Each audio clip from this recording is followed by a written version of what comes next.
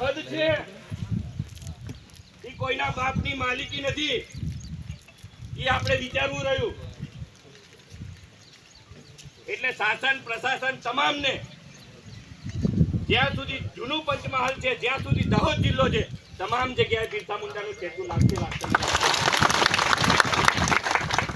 એટલે તમામને મારી નમ્ર વિનંતી નમ્ર અરજ છે કે તમામ સાથ સહકાર આપે અને કોઈ હજુ ગામના વ્યક્તિ ના આવ્યા હોય તો એમને પણ જાણ કરે કે બિરસા મુંડાની મૂર્તિ નહીં હટે ને નહીં જ હટે. જોહાર. જય આદિવાસી, જય બાબાદેવ, જય વીર પ્રદેશ.